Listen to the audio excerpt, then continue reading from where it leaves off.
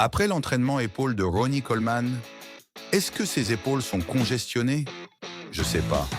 Mais son visage, lui, est clairement en surchauffe. Premier exercice. Développé militaire assis à la barre.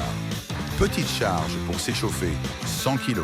Mais bon, on parle ici du maître du bodybuilding, Ronnie Coleman, en pleine forme en l'an 2000. Pousser 100 kg pour lui, c'est comme pousser un cure-dent.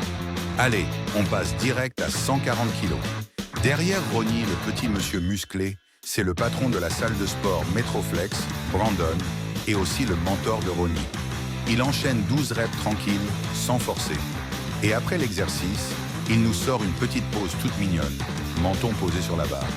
Adorable. Deuxième exercice, élévation latérale avec haltère. Chez Ronnie, peu importe ce qu'il entraîne, on dirait qu'il travaille le dos. Son dos est tellement massif qu'on dirait qu'il est congestionné après 2 séries d'épaules. Mais vu de face, il a une expression toute triste, comme un enfant contrarié. Le poids des haltères augmente progressivement. Là, chaque main soulève 70 kg.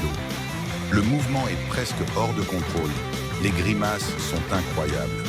Mais c'est dans ces dernières répétitions à l'échec que tout le progrès se joue. Regardez la congestion au milieu des épaules, c'est monstrueux. Troisième exercice, élévation frontale à la barre, debout.